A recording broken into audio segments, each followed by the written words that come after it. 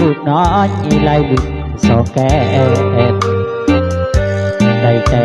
นักแอบลูกน้อยนางน้ำตาไหลพ่อแม่เลิกกันเลิกลาด้วยเหตุอันใดจริงมาปล่อยปลาลูกไว้เป็นเด็กน้อยบ่หูเรื่องลาวเมียอายเท่านั้นบ่ยอมเฮ็ดดีเขามาลักนี้เขาตี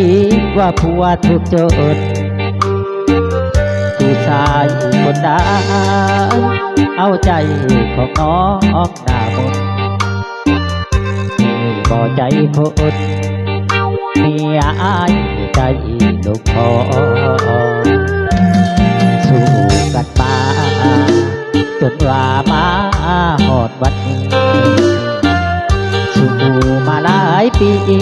น้องคนดีสิตัดใจลาเสียดายความดีความหาตัวนี้ให้มาบัดนี้คือสิทิพสิป้าให้ลูกผัวเลี้ยงลูกคนเดี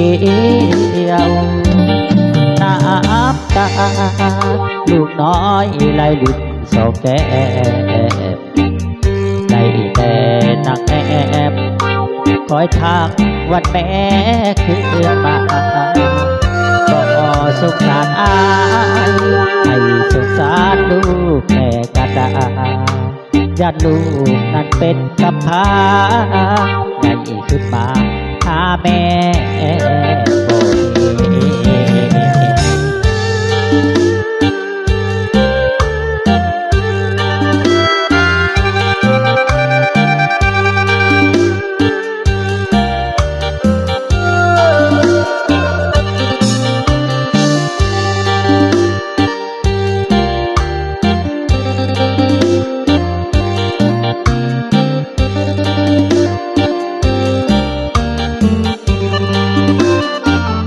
บ่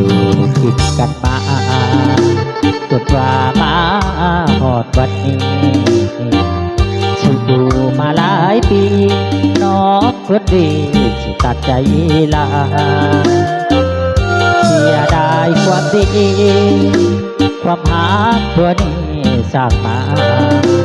บัดนี้คือสิทิมสิป้าให้ลูกผัวเลี้ยงลูกคนเดียวน้ำตาลูกน้อยไหลลึกสองแก้มได้แต่นักแอบ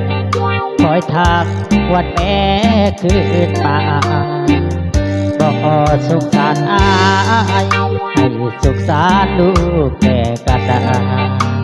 ญาติลูกนั้นเป็นกำพร้าใหญ่ขึ้นมาหาแม่บอก